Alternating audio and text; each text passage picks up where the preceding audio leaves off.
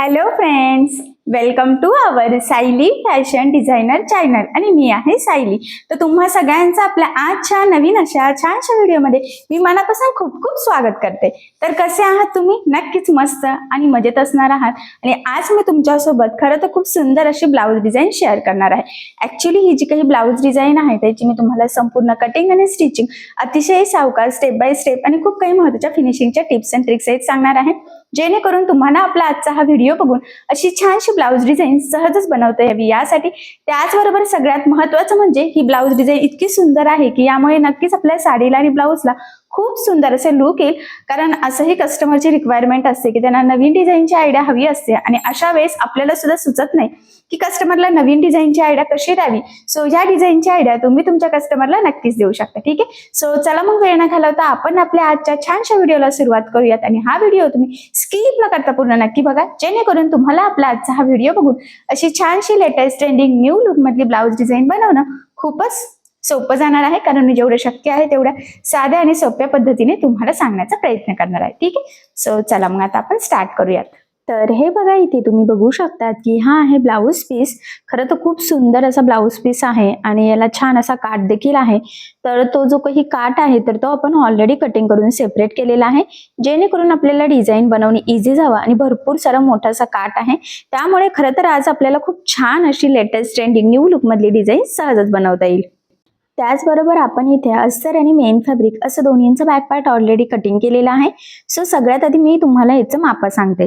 तर बघा, या ब्लाऊजची उंची आहे 13, 1 इंच मार्जिन असं टोटल आपण इथे 14 इंचाला मार्किंग करून घेतलेली आहे. त्यानंतर आता हा जो काही ब्लाऊज आहे तर हा आहे बोटनेक, त्यामुळे बोटनेक ब्लाऊज साठी आपल्याला पूर्ण शोल्डर लागतं. तर पूर्ण शोल्डर आहे इथे 14, त्याचं निम्म आपण इथे 7 इंचाला मार्किंग केलेली आहे. आणि याची जी काही गळा रुंदी आहे तर ती आपण 7 इंच घेणार आहोत. सो बघा, मग मी इथे 7 इंचाला एक मार्किंग करून घेते. यानंतर याचा जो काही मुंडा आहे तर तो सुद्धा आपल्याला 7 इंचच घ्यायचा आहे. त्याचबरोबर क्रॉस मध्ये 1ला मार्किंग करून बॅक साईडच्या मुंड्याचा शेप सुद्धा दिलेला आहे. इथून नेहमी टाकत असतो छातीचा चौथा भाग म्हणजे 8.5 अधिक 1.5 इंच मार्जिन असं टोटल 10 इंचाला मार्किंग करून हा बॅक पार्ट कटिंग करून घेतला आहे. सो बघा, मग सगळ्यात आधी ह्या बॅक पार्टचे मेजरमेंट सांगितले, जेणेकरून तुम्हाला तुमच्या मापानुसार ह्या डिझाईनसाठी सहजच कटिंग स्टिचिंग करता यावी यासाठी. आता आपण गळ्याची जी काही मार्किंग आहे तर ती अस्तरच्या बॅक पार्टवर करून घेऊयात. सो बघा, मग बोटनेक ब्लाऊज मध्ये 2 शेप असतात, वरच्या साईडला एक आणि मध्यभागी एक. तर वरून आता आपण 3 इंचाला एक मार्किंग करून घेऊयात. त्यानंतर खाली 4 इंचाला एक मार्किंग केलेली आहे आणि इथून पुन्हा आपल्याला 7 ते 7.5 इंचाला एक मार्किंग करायची आहे. सो मी 7 इंचाला मार्किंग केली. त्यानंतर 4 इंच गळा रुंदीची मार्किंग तिन्ही साईडला आता आपल्याला इथे करून घ्यायचं आहे. आणि ही मार्किंग केल्यानंतर पट्टीच्या सहाय्याने हे पॉइंट जॉईन करून इथे आपल्याला 2 बॉक्स तयार करायचे आहे. खरं तर ही आपली बेसिक स्टेप आहे, तुमचा गळा कुठलाही असो. सगळ्यात आधी आपल्याला या पद्धतीने बोटनेक ब्लाऊज साठी 2 बॉक्स तयार करून घ्यावे लागतात आणि मग त्यानंतर आपण गळ्याची जी काही मेन मार्किंग असते तर ती करत असतो. सो बघा, मग इथपर्यंत आय होप सो तुमच्या लक्षात आलेलं असेल. आता एवढे 2 बॉक्स तयार झाल्यानंतर आपण वरचा जो काही शेप आहे गळ्याचा तर त्याची मार्किंग करणार आहोत. तर सिंपल असा गोल गळा आपण घेणार आहोत. सो मग मी इथे गोल गळ्याची मार्किंग करून घेतलेली आहे. आणि यानंतर मग जो काही आपला मधला शेप आहे तर त्याची मार्किंग करूयात.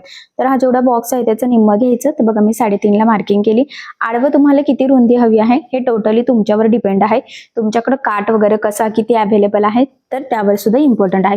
सो मी इथे 1.5 इंचाला एक मार्किंग करून घेते. आणि त्यानंतर आता इथे ह्या पद्धतीचा शेप आपल्याला ड्रॉ करायचा आहे बघा. ठीक आहे, सो बघा, मग फायनली आपली गळ्याची मार्किंग झालेली आहे.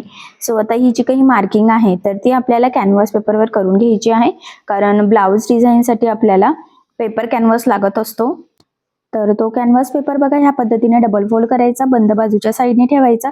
असं ठेवल्यानंतर आपल्याला वरती फेंट फेंट मार्किंग दिसते. ऍक्च्युली तुम्हाला व्हिडिओत जरी दिसत नसेल तरी जर तुम्ही ह्या पद्धतीने जर कॅनव्हास पेपर ठेवला तर तुम्हाला मार्किंग नक्कीच दिसेल. आणि तीच मार्किंग बघा आपण दुसऱ्या साईडला सुद्धा करून घेतली, जेणेकरून सेंटर पासून दोन्ही शेप आपले अगदी परफेक्ट यावे यासाठी. आता यानंतर वरचा हा जो काही गोल गळा आहे तर तो सिंपली आपण कटिंग करून घेऊयात, कारण तो आपण कॅनव्हास पेपर यूज करून स्टिच करणार नाही आहोत. सो अशा पद्धतीने बघा, मग अस्तर आणि मेन फॅब्रिकची कटिंग झालेली आहे, गळ्याची मार्किंग आणि कटिंग सुद्धा झालेली आहे. सो आता आपण इथे स्टिच करायला सुरुवात करूयात. तर बघा मग इथे सगळ्यात आधी मेन फॅब्रिकचा बॅक पार्ट सरळ ठेवायचा, त्यानंतर आपण कटिंग केलेला अस्तरचा बॅक पार्ट मी ठेवून घेतलेला आहे.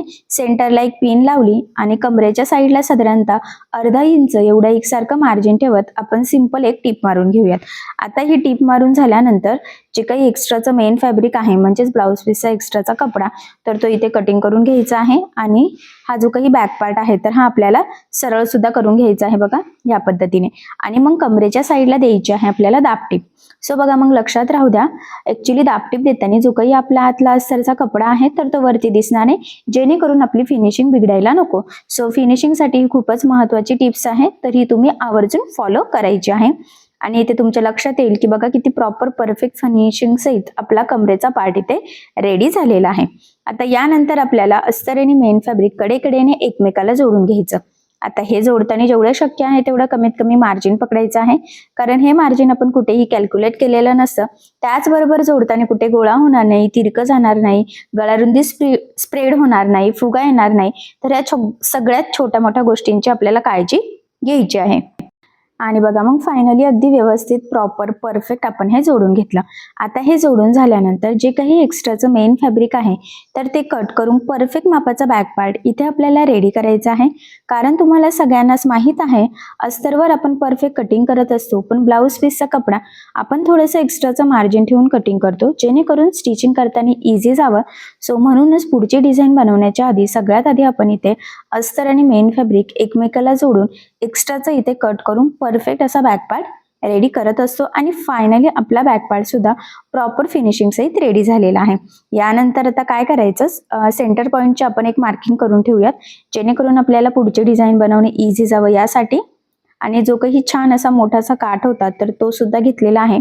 आणि काठ आता दोन्ही साईडनी आपल्याला सिम्पली टीप मारून फोल्ड करायचा आहे, जेणेकरून तिथून धागे निघायला नको आणि आपली फिनिशिंग सुद्धा सुंदर यावी, यासाठी ही स्टेप खूप इम्पॉर्टंट आहे. एक साईडने झालं की सेम तीच स्टेप आपल्याला दुसऱ्या साईडने सुद्धा इथे फॉलो करायची आहे. आणि बघा किती छान प्रॉपर फिनिशिंग सहित आपण इथे फोल्ड करून टीप मारत आहोत, जे बघितल्यावरच फिनिशिंग लगेच लक्षात येते. आता हे झाल्यानंतर काय करायचं आपल्याला, एक साईडने कुठेतरी खालच्या साईडने म्हणजे ह्या पद्धतीने खरं तर एक्स्ट्राचं मी कट करते, स्ट्रेट कटिंग करून घेते. आणि स्ट्रेट कटिंग झाल्यानंतर खालच्या साईडला आपल्याला सिंपल अशी एक टीप मारून घ्यायची आहे, जेणेकरून तिथून धागे निघणार नाही, फिनिशिंग सुद्धा व्यवस्थित येईल. कारण की हा पार्ट आपला कमरेच्या साईडला जाणार आहे आणि कमरेचा पार्ट आपला ऑलरेडी फिनिशिंग सहित रेडी आहे. आता ही टीप मारून झाल्यानंतर काय करायचं, आपल्याला हा जो काही काठ आहे ना तर तो ह्या पद्धतीने फोल्ड करून त्याची सुद्धा सेंटर पॉईंटची मार्किंग इथे करून घ्यायची आहे. तर बघा मग मी चॉकच्या सहाय्याने अगदी फेंट मार्किंग करते. ठीक आहे, पूर्णच काठाला, म्हणजे आपल्याला तो अगदी बरोबर मध्यभागी जोडता यावा. खरं तर यासाठी ही स्टेप मोस्ट इम्पॉर्टंट आहे. आणि खाली सुद्धा एक लाईन मी इथे ड्रॉ करून घेतलेली आहे. आता हा तयार झालेला काठ आपल्याला बॅक पार्टला लावायचा आहे. तर काठाचा सेंटर पॉईंट आणि हा सेंटर पॉईंट मॅच करत सगळ्यात आधी आपण आता खाली एक सिंपल टीप मारून घेऊयात, म्हणजे हा काठ आपल्या बॅक पार्टला जॉईंट होईल. त्यानंतर सरळ तुम्ही टीप मारू शकतात किंवा आधी गळ्याच्या साईडला सुद्धा टीप मारू शकतात, म्हणजे तुम्हाला जी स्टेप इझी जाईल. कारण की हा काठ जोडताना कुठेही गोळा वगैरे व्हायला नको. सो म्हणून मग मी काय करते, वरच्या साईडला एक सिंपल टीप मारून घेते. तर आधी मार्किंग करून ठेवते, म्हणजे काय होईल, कुठेच गोळा व्हायला नको, तिरकंही जायला नको. खरं तर ही स्टेप इथे मोस्ट इम्पॉर्टंट आहे. सो बघा मग सिम्पली एक टीप मारत आपल्याला गळ्याला हा काठ इथे अटॅच करून घ्यायचा आहे. आता ही टीप मारून झाल्यानंतर जो काही एक्स्ट्राचा काठ आहे ना तर तो आपण इथे कटिंग करून घेऊयात, म्हणजे आपल्याला साईडने टीप मारायला सोपं जाईल. आणि जर तुमच्याकडे एवढा मोठा काठ अवेलेबल नसेल तर काठ तुम्ही जॉईन करून सुद्धा इथे जोडू शकतात. आता बघा सिंपल इथून मी एक टीप मारली, सेम त्याच पद्धतीने दुसऱ्या साईडला सुद्धा आपण इथे टीप मारून घेऊयात. बघा किती छान व्यवस्थित एकसारखा काठ लागलेला आहे, अजिबात कुठेही गोळा झालेला नाहीये. सो या स्टेपने जर तुम्ही लावला तर तुम्हाला सुद्धा परफेक्ट जमेलच. आय होप सो इथपर्यंत लक्षात आलं असेल. यानंतर आता आपल्याला गळ्याला लावायची आहे पट्टी.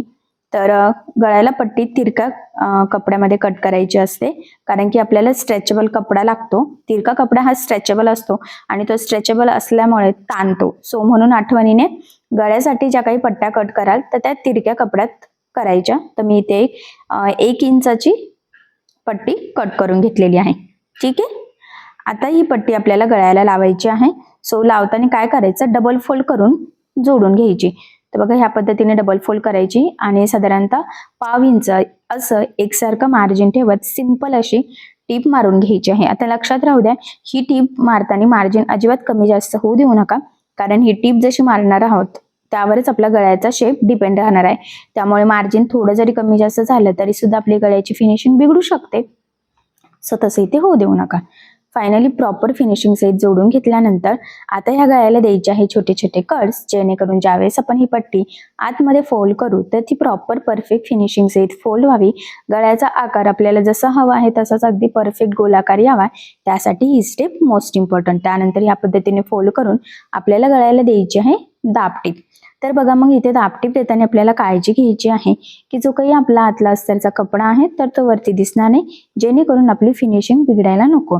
सो फिनिशिंगसाठीच्या ज्या काही मी तुमच्यासोबत व्हिडिओच्या सुरुवातीपासून शेवटपर्यंत टिप्स अँड ट्रिक्स सांगणार आहे तर त्या तुम्ही आवर्जून फॉलो करायच्या आहे, म्हणजे तुम्हाला सुद्धा प्रॉपर परफेक्ट फिनिशिंग सहित अशी डिझाईन सहजच बनवता येईल.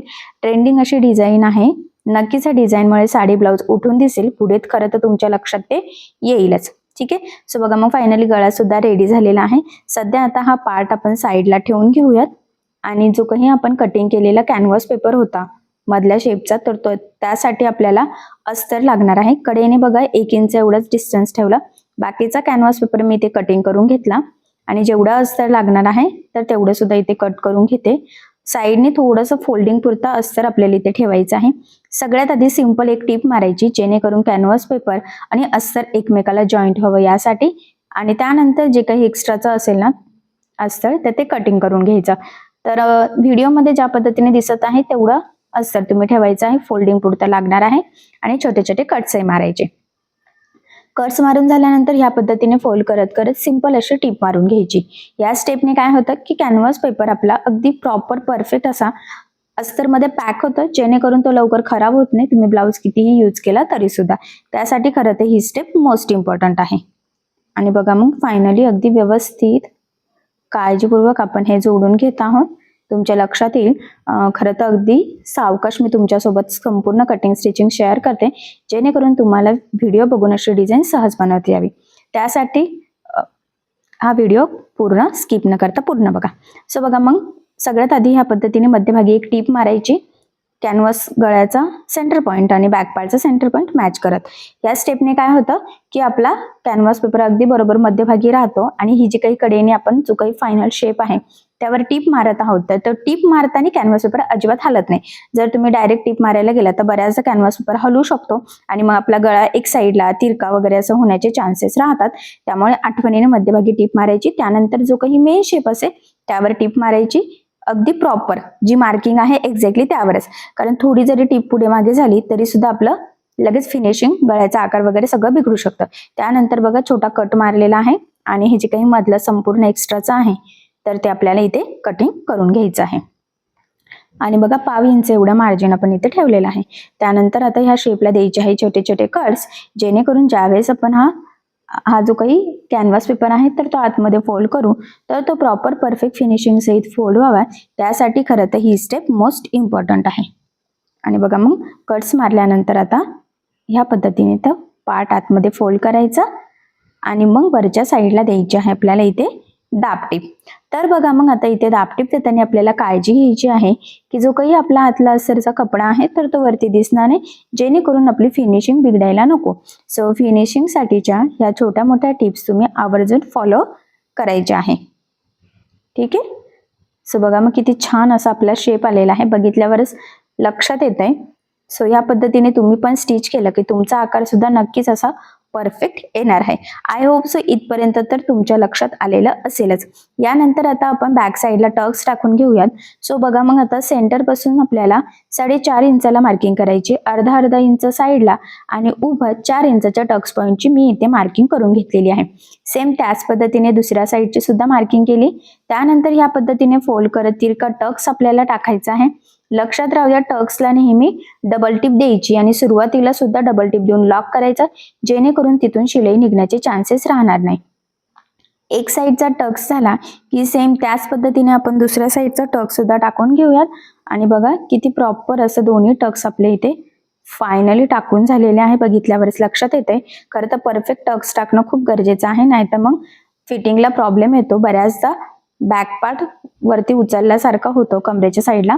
तर खूप साऱ्या कमेंट्स येत असतात. तर टक्स व्यवस्थित नाही टाकले, फिटिंग व्यवस्थित नसेल, लुजिंग मध्ये असेल तरी सुद्धा हे प्रॉब्लेम्स येऊ शकतात. ठीक आहे, आय होप सो इथपर्यंत तुमच्या लक्षात आलं असेल. यानंतर आता आपण इथे एक लेस यूज करूयात. खरं तर तुम्ही तुमच्या आवडीनुसार कुठलीही लेस इथे यूज करू शकतात, बट इथे मी छान छोटीशी नाजूक अशी लेस घेतलेली आहे आणि बघा ती कमरेच्या साईडला पण आपल्याला लावायची आहे, वरच्या गळ्याला आणि इथे साईडने बॉर्डरला सुद्धा लावायची आहे, जेणेकरून आपली डिझाईन अजूनच सुंदर दिसावी यासाठी. सो मग काय करूयात, सगळ्यात आधी आता कडेने लावून घेऊयात दोन्ही पण पार्टला, म्हणजे मध्ये जो काट आहे ना तिथे दोन्ही पण साईडने. म्हणजे काय होईल, कमरेच्या साईडला लेस लावली तरी सुद्धा ही लेस दाबली जाईल आणि गळ्याच्या साईडला लावल्यानंतर सुद्धा दाबली जाईल. त्यानंतर बघा आता ह्या लेसला मी दुसऱ्या साईडने सुद्धा टीप देऊन घेतलेली आहे. खरं तर याचे 2-3 फायदे आहेत. सगळ्यात महत्वाचं म्हणजे लेस पॅक लागली जाते, ती वरती तरंगत सुद्धा नाही आणि मोस्ट इम्पॉर्टंट म्हणजे फिनिशिंग सुद्धा खूप सुंदर येते. त्यामुळे तुम्ही सुद्धा आठवणीने तुमची लेस जाड बारीक कशीही असो, शक्य असल्यास दोन्ही साईडनी टीप देण्याची सवय लावून घ्यायची आहे, म्हणजे फिनिशिंगचा अर्थातच तुम्हाला प्रॉब्लेम येणार नाही. तर बघा मग दुसऱ्या साईडला सुद्धा आपण लेस लावून घेतलेली आहे आणि दोन्ही साईडने टीप सुद्धा दिलेली आहे. ठीक आहे, यानंतर आता आपल्याला गळ्याला लेस लावायची आहे आणि कमरेच्या साईडला सुद्धा लावायची आहे. तर सेम तीच लेस मी इथे यूज केलेली आहे. मी पुन्हा सांगते, जर इथे तुम्हाला थोडीशी ब्रॉड एखादी डिझायनर लेस यूज करायची असेल तर तुम्ही नक्कीच करू शकतात. अजून महत्वाचं म्हणजे इथे जो काही मेन आपला मधला शेप आहे, तर इथे आपण कुठल्याही प्रकारची लेस लावणार नाहीये, कारण त्याची तशी गरजही नाहीये. ऑलरेडी फिनिशिंग सहित आपला शेप रेडी झालेला आहे आणि डिझाईन नक्कीच उठून दिसणार आहे. फक्त आपण म्हणजे मी जिथे जिथे लेस लावत आहे तिथे लावली तरी सुद्धा डिझाईन छानच दिसणार आहे. ठीक आहे, सो बघा मग इथे फायनली आपण गळ्याला सुद्धा लेस लावून घेतली. छोटीशीच लेस आहे तरी सुद्धा मी दोन्ही साईडनी इथे आठवणीने टीप दिलेली आहे, जे तुम्ही सुद्धा आठवणीने द्यायची आहे. ठीक आहे, सो बघा मग फायनली गळा सुद्धा मस्त असा रेडी झालेला आहे. यानंतर आता राहिलेला आहे आपला कमरेचा पार्ट, तर तिथे सुद्धा मी लेस लावून घेते. खरं तर इथे कमरेच्या साईडला जर तुम्हाला लेस लावायची नसेल तर काही प्रॉब्लेम नाहीये, पण ऍक्च्युली कसं आहे ना, आता सध्या खूप ट्रेंड चालू आहे की कमरेच्या साईडला लेस लावली जाते आणि त्यामुळे खरं तर आपली डिझाईन अजूनच छान अशी उठून दिसते. सो त्यामुळे तुम्ही सुद्धा नक्कीच लावू शकतात, मग तुम्हाला पण आवडेल. आणि जर एखाद्या कस्टमरला नको असेल तर मग नाही लावली तरी सुद्धा चालणार आहे, असं ही डिझाईन छानच आपली तयार होणार आहे. ठीक आहे, सो बघा मग फायनली कमरेच्या साईडला आपण इथे लेस लावून घेतलेली आहे आणि बोटनेकची आपली ट्रेंडिंग न्यू लुक मधली डिझाईन इथे फायनली रेडी झालेली आहे. सो जवळून तुम्हाला लुक दाखवते म्हणजे तुम्हाला आयडिया येईल की डिझाईन आपली किती परफेक्ट छान प्रॉपर फिनिशिंग सहित रेडी झालेली आहे आणि लुक सुद्धा खूपच सुंदर आलेला आहे. ठीक आहे, सो बघा मग फायनली बोटनेक मध्ये आज आपण काठापासून खूप सुंदर जरा वेगळ्या पद्धतीचे हटके अशी डिझाईन बनवलेली आहे. ही डिझाईन तुम्ही नक्की बनवून बघा. असंही मी तुम्हाला संपूर्ण कटिंग आणि स्टिचिंग अतिशय सावकाश स्टेप बाय स्टेप आणि खूप काही महत्त्वाच्या फिनिशिंगच्या टिप्स आणि ट्रिक्स सहित सांगितलेले आहे, जेणेकरून बायचान्स जरी तुम्ही कुणी नवीन शिकत असाल, याआधी अशी डिझाईन बनवलेली नसेल तरी सुद्धा तुम्ही आपला आजचा हा व्हिडिओ बघून अशी बोटनेक मध्ये latest trending popular new look मधली डिझाईन नक्कीच बनवू शकतात आणि या छानशा डिझाईनमुळे साडीला ब्लाउजला खूप सुंदर असं लुक येईल. सो मग ही डिझाईन तुम्ही नक्की ट्राय करा. त्याचबरोबर कस्टमरला सुद्धा या डिझाईनची आयडिया देऊ शकतात, कारण बऱ्याचदा कस्टमरला सुद्धा त्याच डिझाईन बनवून कंटाळा येतो. बोटनेक मध्ये नवीन डिझाईन हवी असते तर ही डिझाईन तुम्ही नक्कीच बनवू शकतात. आय होप सो तुम्हाला आणि तुमच्या कस्टमरला आपली आजची नवीनच ही बोटनेक ब्लाउज डिझाईन सहजच आवडेल. आणि इथे मध्ये छोटासा मी पॅच ठेवते. खरं तर तुम्ही ठेवला तरी चालेल, नाही ठेवला तरी चालेल, एखादं बटन लावलं तरी चालेल, नाही लावलं तरी चालेल. ठीक आहे, सो मग ही डिझाईन तुम्ही नक्की ट्राय करा.